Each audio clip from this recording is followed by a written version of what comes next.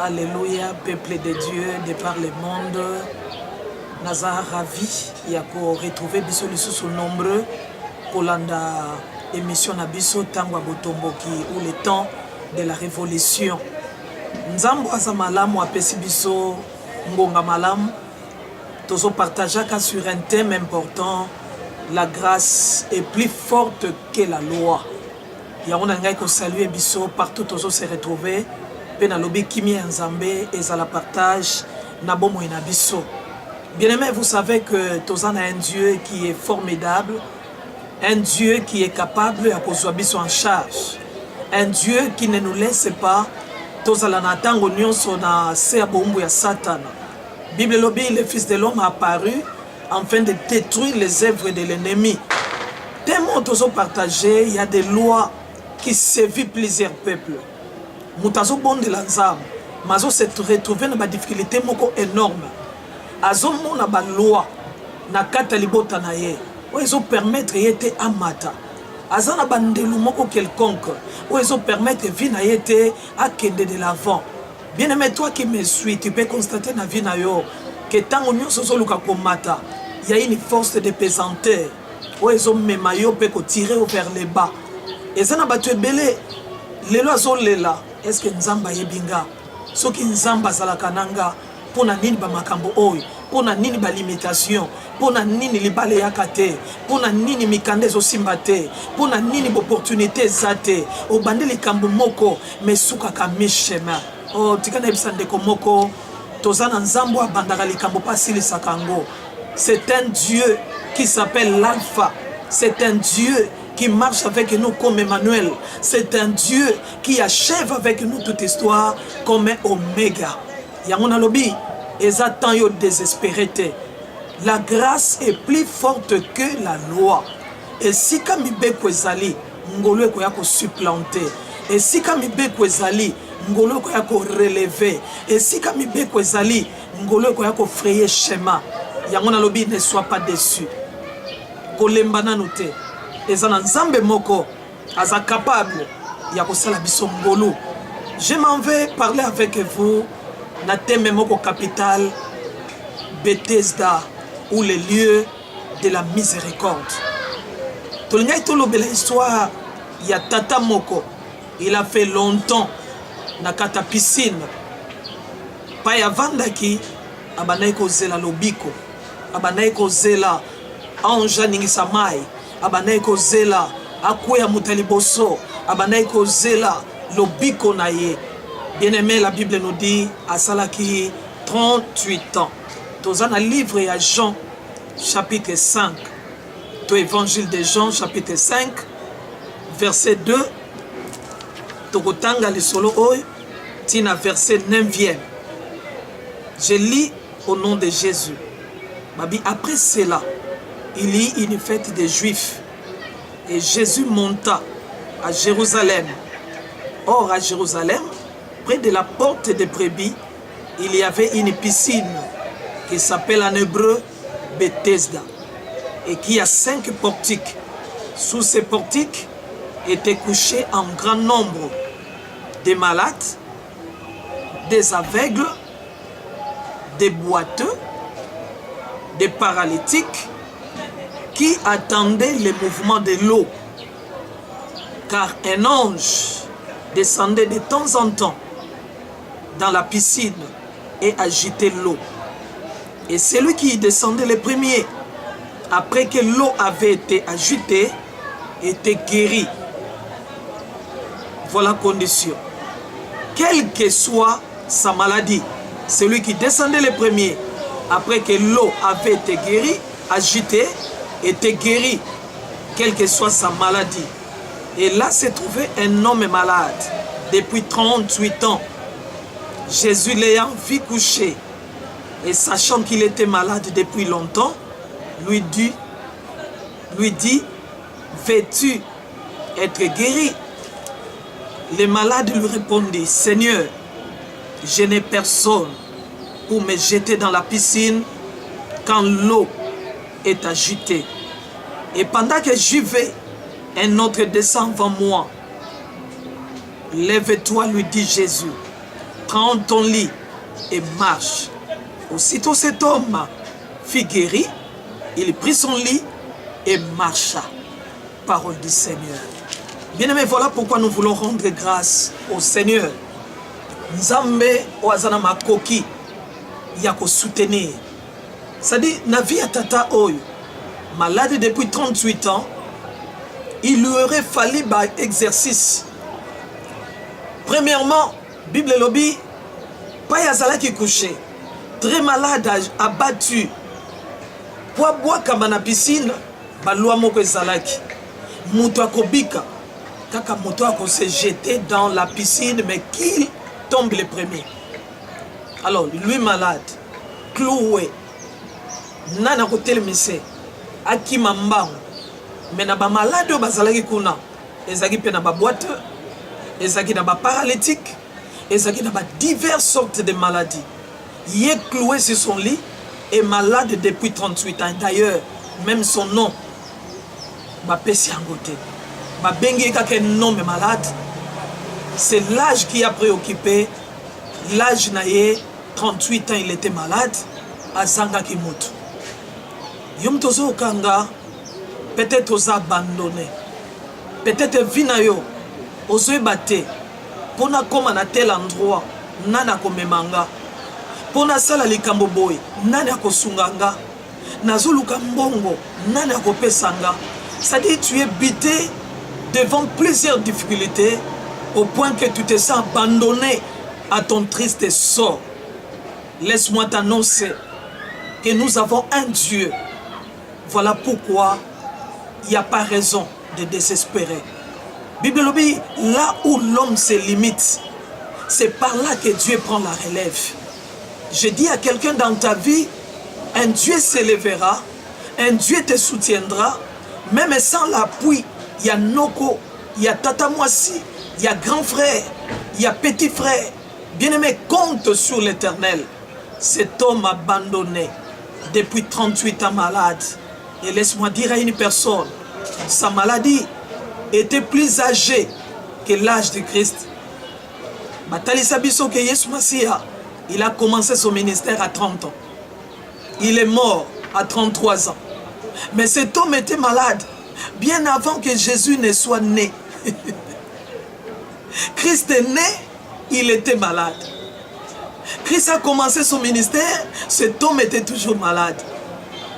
Mais la Bible nous dit, un jour, c'est pendant qu'il restait longtemps dans une piscine, la piscine qu'on appelle Bethesda. Les thèmes sont partagés, l'élo, et ça Bethesda. C'est mot hébreu qui veut dire miséricorde. Ah, bien-aimé, tu n'as pas de pour yo. Parce que Nzamba yo que l'on m'a. Ceux qui battent un cœur dur à ton égard. Ceux qui battent obstinés ne veulent pas te soutenir. Il y a quelqu'un qu'on appelle le miséricordieux. C'est notre Dieu. Il est capable de faire grâce là où les hommes ne peuvent pas. Il est capable de soutenir là où les hommes ne peuvent pas. Il va avancer avec toi et quelque chose sera déclenché. Alléluia. Il a fait longtemps et sa maladie est plus âgée que Christ. Heureusement pour lui, il s'est retrouvé dans un endroit. Et cet endroit, c'est l'endroit de la miséricorde. Et malgré qu'il était dans l'endroit de la miséricorde, il devrait rencontrer l'homme miséricordieux. Alléluia. Quand le lieu de la miséricorde a rencontré l'homme de miséricorde, un miracle était déclenché. Peu importe le temps où tu es sombré dans la misère, une grâce viendra te relever là où tu es. Et d'ailleurs, tu connais. Et si tu es vendre, Zamba Yebi, tu as lité quelque part. Zamba Yebi, tu se retrouver dans une prison. Zamba Yebi, que tu as une maladie auquel personne n'a pu porter soulagement. Mais dans l'obinayo, là où l'homme se limite, c'est par là que Dieu commence. Alléluia. La main de Dieu est s'approcher pour relever la vie d'une personne. 38 ans. Tu as habité sur combien d'années avec ta situation, avec ton problème de documents. avec ton problème qui te trouble dans ton mariage. Ce que ça 2 ans, ce que ça 10 ans, ce que ça plus, peu importe le temps, il y a un Dieu qui s'appelle le miséricordieux. Et d'ailleurs, la Bible dit il fait grâce. À qui il fait? Voilà pourquoi nous parlons que la grâce s'impose sur la loi. Moutoua yoki posa bika. Avant de d'aller à miséricorde, maozwaka lobi côté. Parce que Dieu ne voulait pas qu'il soit guéri de la même manière que les autres sont guéris. Je dis à une personne que ton cas est particulier. Ce qui va tout le monde faire les ganamai pour babika. Mais yo, okokuta nanaye moko nzambe fara fara. Et quand tu vas rencontrer ces dieux, les choses vont changer.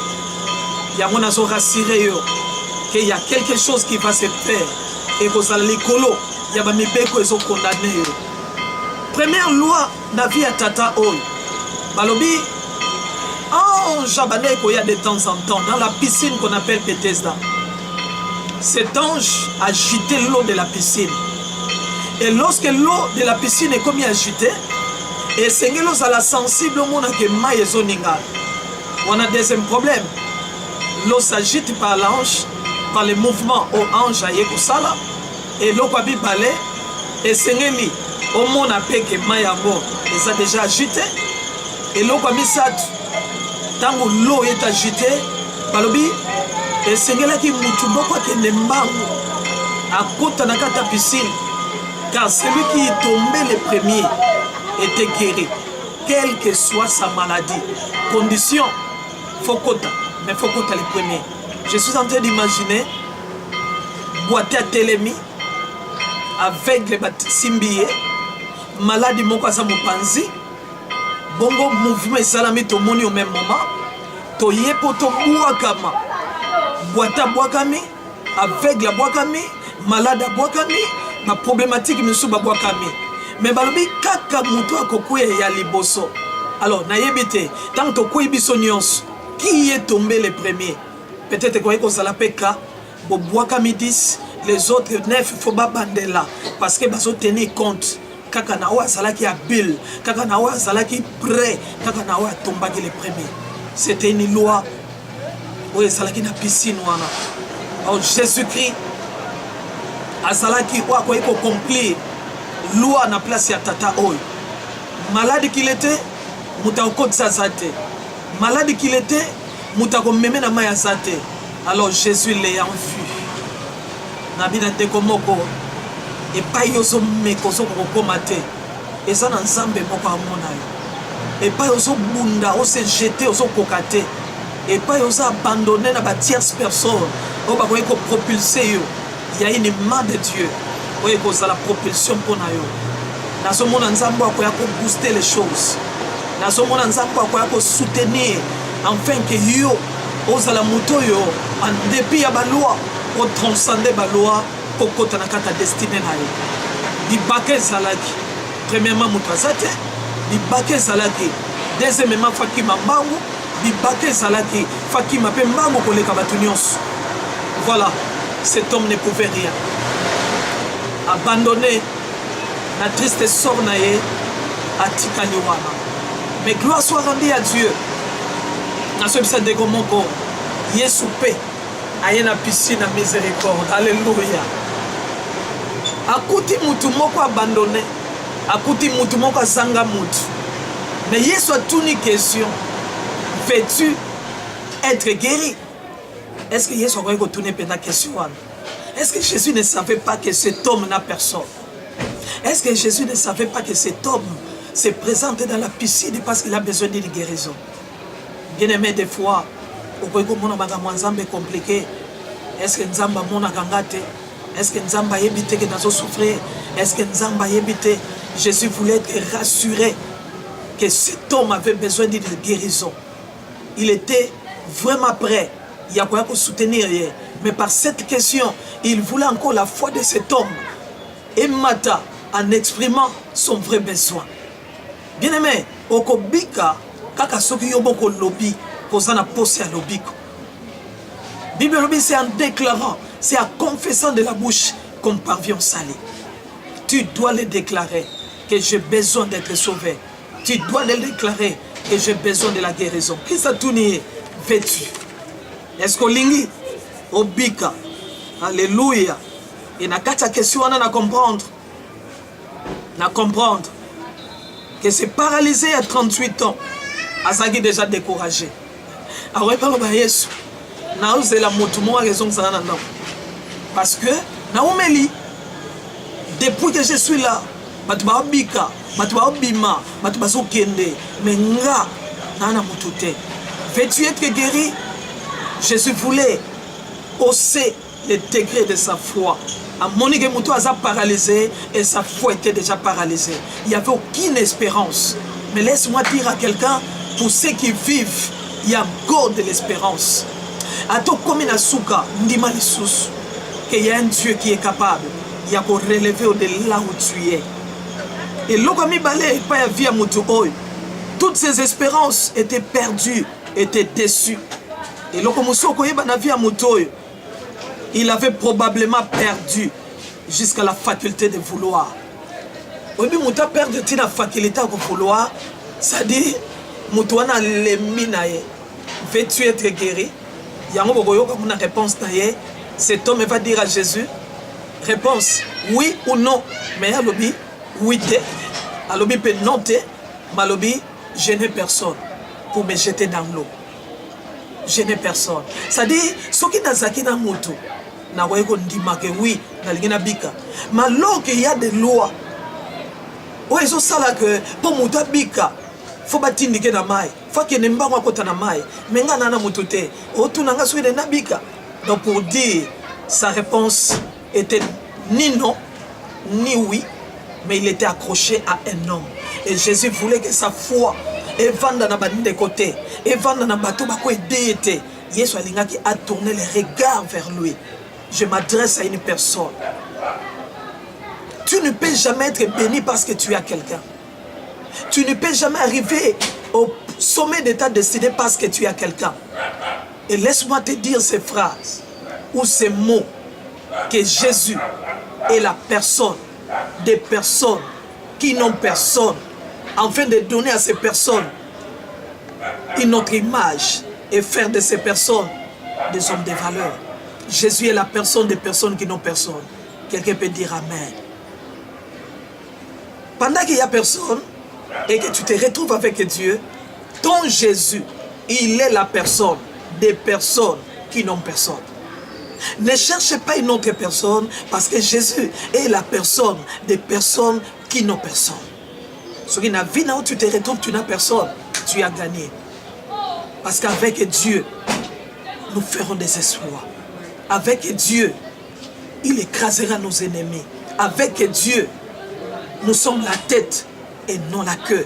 Avec Dieu, nous irons de l'avant. Bien-aimé, tu dois croire que tu iras de l'avant. Parce que Dieu est avec toi. Il y a l'obité. Je n'ai personne pour me jeter dans l'eau. Ma bossanaki, ezaki na guérison moko sèche. Oh Yesu masia bandeko bongisa pona ye. Soki bato belé ba bika na mai. Mutu wana akotaki na mai te. Mais cependant, il était guéri. Les systèmes des hommes peuvent ou ne peuvent pas marcher. Mais il y a un système de Jésus. Ça n'échoue pas. Quand tu as la foi, il te dira, lève-toi, prends ton lit et marche. Ne te fie pas à ce que les médecins ont dit. Ne te fie pas à ce que les hommes t'ont dit. Parce que les akana Yesu, dans un dernier mot, l'école a toute situation que tu es en train de traverser. J'ai aimé Moutoua Lembaki. Il a perdu toute faculté, même la faculté de vouloir à Bungisayam. Il n'avait plus d'espoir, par conséquent, il n'avait plus de vouloir. Il était cloué et n'attendait que sa fin. Abandonné à son triste sort, sans aucune attention particulière, Yabande Konaye, il était considéré comme mort. Il était oublié. Babosa nayo, mais nazo pia une bonne nouvelle. Nzamba au réveil mémoire ya bateau babosa nayo. Nzamba ko rappeler li solo nayo, même na bandoto na bato babosana yo osalaka bolamu ebele osunga bato ebele oassista bato ebele mais aujourd'hui tu es presque abandonné. Comment na ndako na bango ata noko akoya te, comment na famille na mobimba ata tante moko akozala te, comment ata neveu pendant qu'il souffrait abandonné de tous. Mais na yebisi mutu moko yo mutu zangi bato, yo mutu za presque perdu, yo mutu za oublié même la mémoire bato. Nzambe no ako surprendre bato na bako kamwa que tu es vivant, bako kamwa que tu fais des exploits, bako kamwa que tu es en train de monter, bako kamwa combien tu es en train d'exceller, parce que Nzambe wana zo tendre le boko pour soutenir yo. Alors nalingai ko même moke ko résumé la question Yesu atuni pourquoi Jésus lui posa cette question, veux-tu être guéri? Dans ce but, moi, Jésus a poursuivre. Et cela qui a excité la volonté de cet homme. Ayo kalisu posa wana ya